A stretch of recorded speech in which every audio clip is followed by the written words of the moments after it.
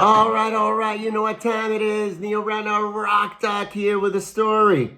This past week, James Osterberg Jr., better known as Iggy Pop, celebrated his 75th birthday. So today, I thought I'd tell you a few things about the godfather of punk that you might not know.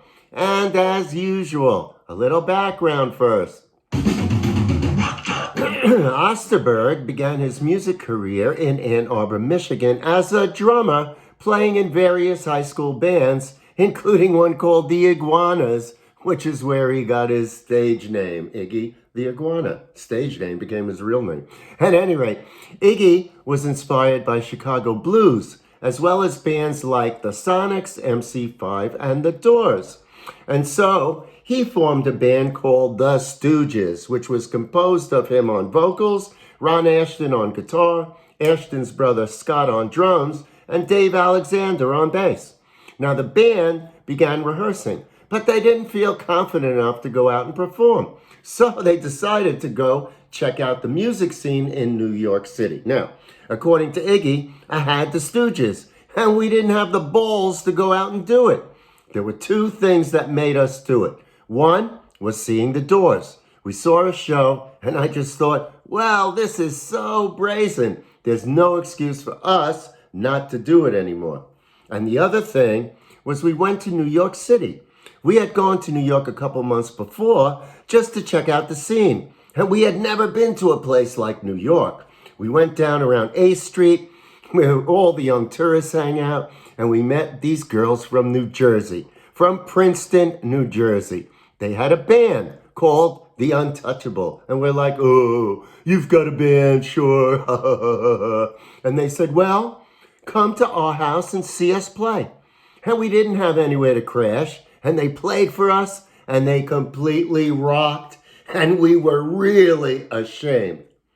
A year later, following in the footsteps of the Doors, Iggy and the Stooges signed with Elektra Records. Now, funny story about the name of the band. Iggy felt really strange using the name the Stooges without first calling Mo Howard of the Three Stooges. So guitarist Ron Ashton got Mo on the phone and asked if it would be all right to use the name. Mo's reply, I don't care what they call themselves, as long as they're not the Three Stooges, and hung up the phone. Now, although never commercially successful, the Stooges are widely regarded as one of the forerunners of what would become the punk movement, and they were inducted into the Rock and Roll Hall of Fame in 2010. Now, one of the major roadblocks for Iggy, as we all know, was a bad drug addiction. And after the breakup of the Stooges, Iggy was hopelessly addicted and in a very bad way, even checking himself into a psychiatric institution for a while.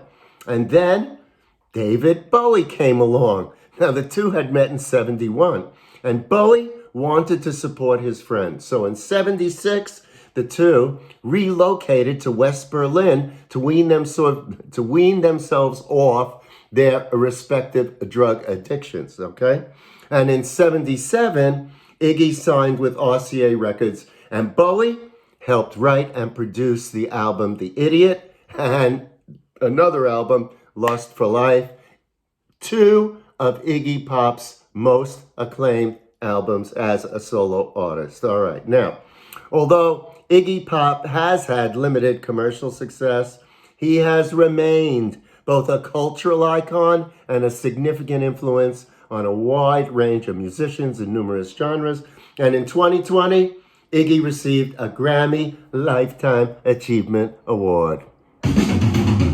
All right, Iggy Pop, if you're not familiar with him, you can check out his early stuff with the Stooges. Some of his solo stuff is really good, though, that he did with Bowie. The Idiot, Lust for Life. Check it out. If you're not familiar, I'm sure you'll be impressed. All right, that's my story for today. I'll have more stories as time goes on, and you know where to find me around the internet. As I like to tell you, always remember to keep on rocking. All right, I'll see you somewhere real soon. Bye for now.